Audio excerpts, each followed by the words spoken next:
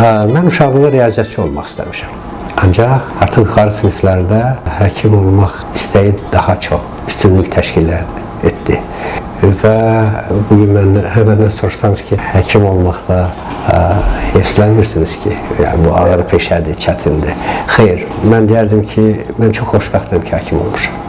Həkimlik sənəti, həkimlik peşəsi mənə dünyanı dərk eləməyə imkan verdi. Onun ki, həkim olmaq üçün biz görürüz nə qədər elm oxumalıyıq, nə qədər kitablar oxumalıyıq. Mən bugün xoşbəxtəm ki, mən genetika bilirəm, hüceyrə quruluşunu bilirəm, gen nədir bilirəm, orqanizmin hansı orqanları var, sistemləri var, bunlar necə fəaliyyət göstərir. Həkimlik əslində sözü ərəbcədə, tərcümədə həkim alim deməkdir.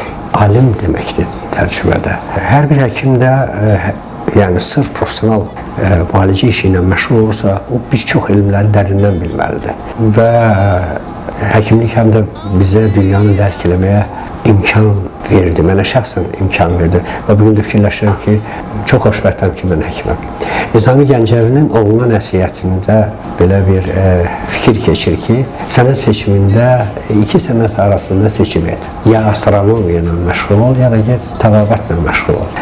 Niyə görə sonra düşündüm ki, bu tövsiyədə olmuşdu Nizami Gəncəvi? Ona görə ki, həkimlik nəticə etibarıyla çox mürəkkəb elmdir. Oxumaq tələb edəcək, çoxlu elmlərə baş vurmaq tələb edəcək və dünyanın yaradılışın, quruluşun, fəlsəfəsini anlamağa imkan verəcək. Əlbəttə, Nizami fəlsəfəsində Allaha çox böyük inam vardır və bu elm onu Allaha aparacaq, gətirib çıxaracaq, Allahın varlığına gətirib çıxaracaq. Bir teoloji izahda belədir. Ona ki, bu günləri biz həqiqətən molekulyar səviyyədə düşünməyə başlamışıq. Artıq toxuma səviyyəsindən, orqan səviyyəsindən, hüceyrə səviyyəsinə düşdük. Artıq molekulyar səviyyəyə qədər düşünə bilirik. Gen səviyyəsində düşünə bilirik. Zaman gələcək, daha incə strukturlar səviyyəsində düşünəcəyik. Nəticə etibarilə bu necə yarandı kəlməsinə gəlib çıxacaq. Belə olduğu halda elm sonsuzdur və öyrənmək çoxlu suallara gətirib çıxarır və belə olan halda Nizami fəlsəfəsində gerək ki, belədir ki, Allaha gətirib çıxaracaq. Astronomiya da belədir.